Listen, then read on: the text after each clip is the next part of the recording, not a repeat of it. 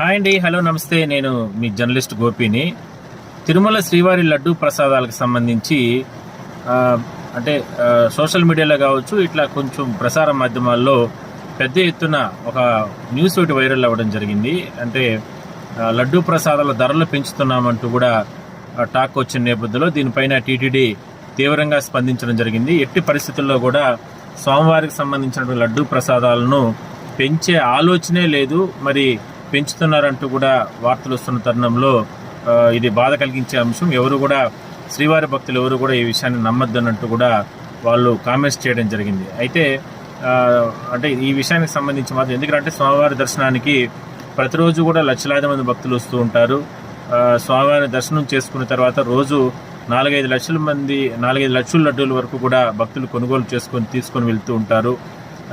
అంటే టీటీడీ అనుబంధ ఆలయాల్లో కూడా చాలా ప్రాంతాల్లో భక్తులకు సంబంధించి, అక్కడ స్థానికులకు సంబంధించి లడ్డూలని పంపిణీ చేస్తూ ఉంటుంది.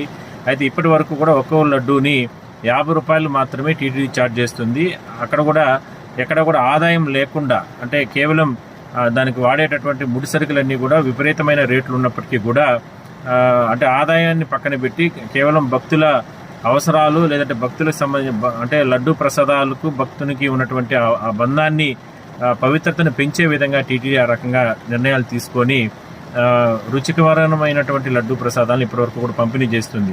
అయితే ఒక్కసారిగా లడ్డూ ధరలు పెంచుతున్నారు, లడ్డూ రేట్లు పెరుగుతున్నాయి అని అంటూ కూడా వార్తలు వచ్చినటువంటి నేపథ్యంలో దీనిపైన టీటీడీ తీవ్ర ఆగ్రహం వ్యక్తం చేయడం జరిగింది. లడ్డూ ధరలు అయితే ఇప్పుడల్లా పెరిగే లేదు, అసలు ఆలోచన కూడా లేదని టీటీడీ ఒక ప్రకటన కూడా విడుదల చేయడం జరిగింది.